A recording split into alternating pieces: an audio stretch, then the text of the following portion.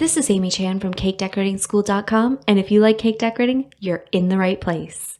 If you're interested in these products, check the links in the description. In this video, we are talking about two of the most popular chemical leaveners that you'll use in baking. So we're talking about baking soda versus baking powder. And basically, what this amounts to is if you're not using something like yeast or some other process to provide lift in your baked goods, you'll probably be using one or both of these. Now, baking soda is a really nice fine powder. You can see it's kind of clumped, caked together a little bit. That's pretty typical. You want to keep it in an airtight container to keep as much moisture out as possible, because contact with moisture can be the enemy of the effectiveness of your baking soda.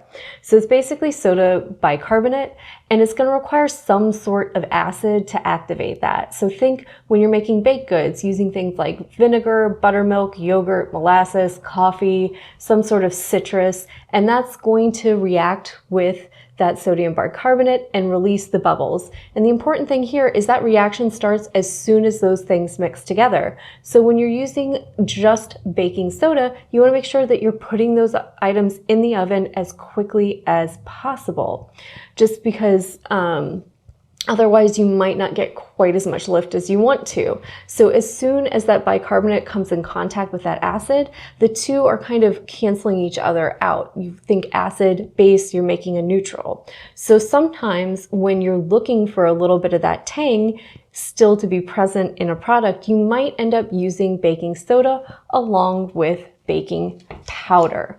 So baking powder is the same bicarbonate, except it already has the acid in it. So you can see, rather than a powder that clumps together, this one is nice and fine. It's got a soft, silky kind of feel to it, right?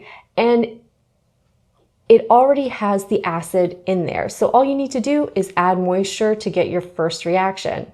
And most of the baking powder that you'll find on the market is labeled double action. That means it reacts not only when it hits moisture, but also a second time when it's warmed up. So putting it in the oven will cause a second reaction that'll also release air, create lift.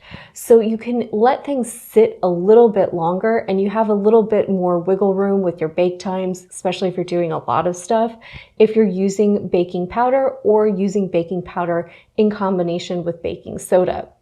So you'll find that some recipes, especially when you're looking for both lift and to keep some of the tang, say if you're using something like buttermilk, might actually call for both, and that's not a bad thing. A lot of baking is about balance and achieving that right mixture of lift and tartness, and so flavors, textures, everything together. So you might find that some recipes call for one or the other, and some will want you to use both because of their different properties. But both are great to have on hand in your pantry, and you want to make sure that you're storing them in an airtight container.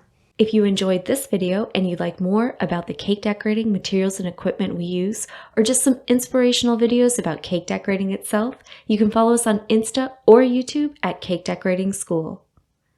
If you'd like to know more about yearly membership and what it entails, you can go to www.cakedecoratingSchool.com for more information. And if you're interested in these products, you can check the links in the description.